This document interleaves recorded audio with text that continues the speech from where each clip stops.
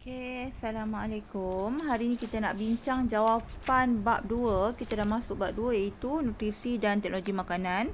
So kita mulakan dengan bab 2.1 iaitu gizi, seimbang dan nilai kalori. So kita akan bincangkan jawapan buku teks dan juga buku sains proses skill. So seperti biasa, anda perlu buat ni dululah, nota dulu macam biasa. So ni adalah contoh jawapan daripada Nur Amirah dari kelas 5 Majah.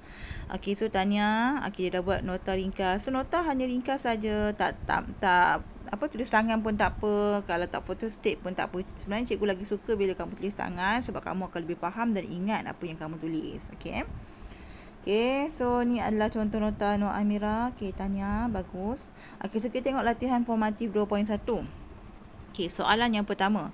Apakah konsep yang diterangkan oleh Pinggan Sihat Malaysia? Terangkan konsep suku-suku separuh dengan membagikan 1/4 pinggan karbohidrat, 1/4 pinggan protein dan 1/2 pinggan sayur-sayuran dan buah-buahan.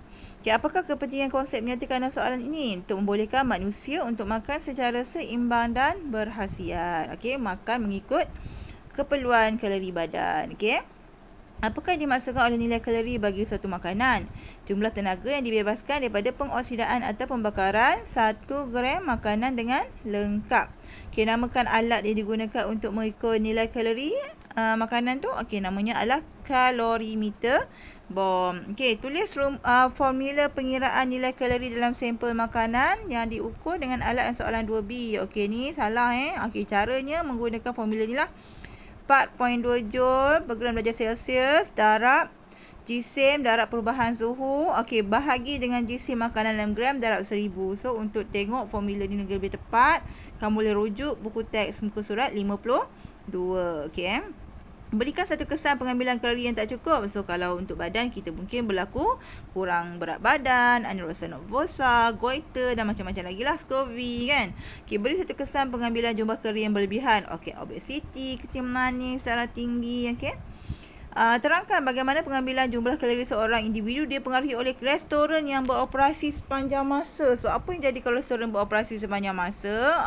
So dia akan menyebabkan tabiat pemakanan yang tak betul, di mana orang akan boleh pergi makan sepanjang masa, makan tanpa mengikut waktu yang sesuai. So itulah jawapan yang sebenar. Ni salah bila kita pergi restoran yang beroperasi sepanjang masa, kita akan makan mengikut waktu yang tak sesuai. Restoran makanan segera, apa yang berlaku? So makanan segera ni biasanya dia tak mengikut gizi seimbang dan dia juga tidak mengikut keperluan kalori badan. So kita mungkin akan makan makanan yang tidak menyihatkan. So bukanlah, jawapan ni salah. Next kita tengok daripada buku sains proses skill. Apakah dimaksudkan dengan gizi seimbang? Gizi yang mengandungi nutrien daripada semua kelas makanan dalam kuantiti yang betul. So untuk mengira jumlah kalori, anda perlu darab nilai kalori dengan berapa gram makanan yang diambil orang tu. Contoh soalan ni dia bagi nilai kalori makanan per gram. Contoh karbohidrat 17.2. So lelaki mengambil 20 gram karbohidrat. So kita darablah 20 darab 17.2. Untuk protein pula dia ambil 10 gram. Nilai untuk 1 gram adalah 22.2. So kamu darab. Lepas tu baru kamu tambah. So jawapan akhirnya adalah 951 kilo Joule. Untuk soalan yang ketiga pun sama, cuma dekat sini dia ada trik sikit, di mana nilai kalori diberi adalah kilojoule per 100 gram. Jadi semua nilai yang murid itu makan perlu tukar kepada, kena bahagi dengan 100 dulu.